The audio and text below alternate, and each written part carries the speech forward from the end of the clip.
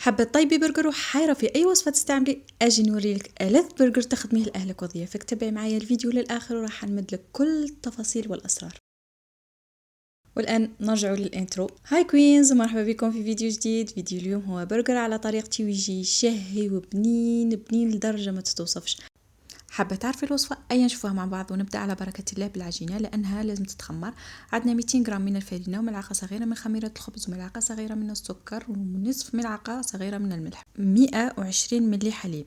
نجمع المكونات مع بعض وبعدها نضيف ملعقتين من الزيت ونعجن حتى تتشرب العجينة الزيت ونتركها بعد ذلك تتخمر لمدة ساعة كاملة. والآن ننتقل إلى المكونات الموجودة في الحشوة. عندنا حبة بصل مقطعة إلى شرائح، نضيف لها زيت ملح وسكر باه يعطيني تعسيلة ولون للبصل، ونضعهم على النار يتقلوا مليح. بعدها نبدأ بتتبيل اللحم. أنا رايحة ندير ميكس بين اللحم والدجاج. مقادير التوابل ظاهرة قدامكم في الفيديو، ديروا عليها كابتور ديكرو، واللي هي زنجبيل، ثوم بودرة، بصل بودرة، فلفل أسود، ملح وبصل مطحون وصويا صوص وثوم مطحون وملعقة صغيرة من الزبدة أو المارغرين، ما صورتهاش هذه اللقطة. ونعجن كلش مع بعض ونوزنهم كرات 75 جرام لكل كرة. تقدروا تصغروا الكرات إذا حابين كمية أكثر بحيث أنكم تديروا 50 جرام. أقل من هذا الوزن راح يجي البرجر صغير على أنه يكون وجبة كاملة للشخص.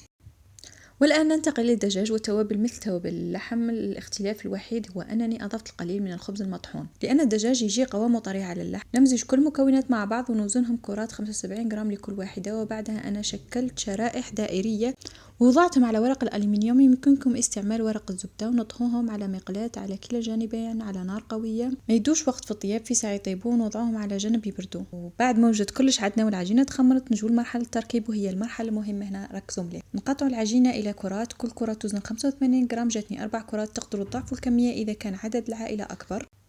وعندي هنايا جبن شرائح وجبن أبيض تشيزي، بيكلز خيار مخلل، تشكيلة جبن مبشور من شيدار وجودا وفرماج روج وسمسم وبيض.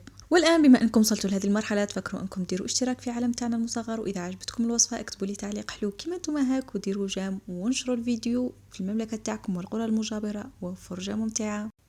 ونأتي إلى مرحلة فتح العجينة. نفتح العجينة أولا على الرخام مرشوش بالقليل من الفرينة، لأنه إذا كثرت الفرينة راح تغلبك من بعد وما تسكرلكش مليح. عندما يصبح سمك متوسط الحجم نتوقف عن فتح العجينة ككل ونفتحها في الحاشية فقط بدون لمس الوسط نهائيا كما هو موضح في الفيديو أمامكم، لأن الأطراف سيتم جمعها فيما بعد، لذلك يجب ترقيقها لكي لا تصبح قاعدة خشنة جدا. والآن مرحلة التركيب. نضع شريحة اللحم أولا، ولا يمكن وضع البصل أو الخيار أولا لأنه عند التشكيل والضغط فيما بعد يمكن أن يثقب العجينة. وملاحظة أخرى مهمة جدا، المكونات يجب أن تكون باردة لأنه إذا كانت ساخنة يضطر العجين ويتقطع. وعندنا التركيبة الجبنية واللي هي جبن شرائح، ونضع البصل ثم الخيار ثم الجبن المبشور وجبن تشيزي وشريحة ثانية ثم طبقة الدجاج.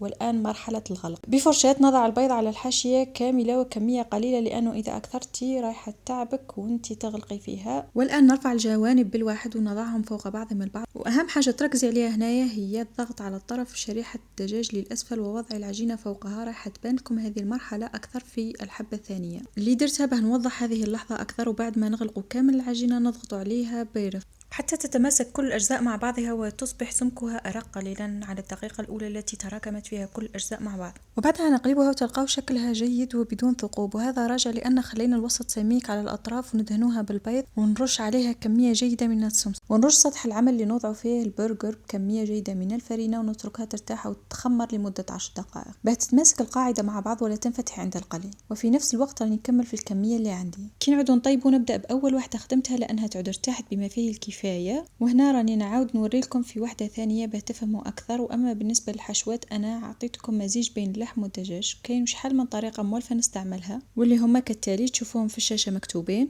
أو بالمناسبة تفكرت أني موالفة نضيف الفطر للوصفة ونوضع مع الخيار والبصل. والبنات هما كالتالي: دجاج كامل أو لحم كامل، ولا يعود ميكس بين اللحم والدجاج. والرابعة هي تكون اللحم مع مرقاز، تجي تحفة فنية، كانت المفضلة عند الناس اللي كنت نبيع لهم في الطلبات. وحتى كاين اللي نديرها بفواكه البحر، يعني تشكيلات متنوعة. وهذه المرحلة اللي قلت لكم عليها من قبل أنه باينة أكثر، بحيث أنكم تضغطوا على جانب الدجاج ونرفعوا العجينة ونكملوا بهذه الطريقة حتى نغلقوا البرجر. ونكمل كما من قبل تضغطوا جيدا على الجزء العلوي للعجينة وترقوها ونقلبوها ونوضعوا البيض والسمسم. والآن بعد ما كملت الكمية اللي عندي واللي هي في العادي المعتاد لهذه الوصفة أنا موالفة نقليهم، لكن على جالكم وفي خاطر المتابعين اللي ما يحبوش القليان وضعتهم في الفرن 2 حبات، وحبتين اللي بقاو قليتهم. أنا عندي فريتوز صغيرة شريتها، اللي ما عندهاش تستعمل طنجرة ثقيلة وتكون غامقة، تمليها نصفها زيت ونوضعوها تتقلاو بدون ما نقلبوها بملعقة فقط. نوضعوا الزيت على السطح، وباه تعرفوا الوصفة ناجحة عندكم لازم يترفع البرجر إلى السطح بعد ما توضعوها في الزيت ويكون يطفو،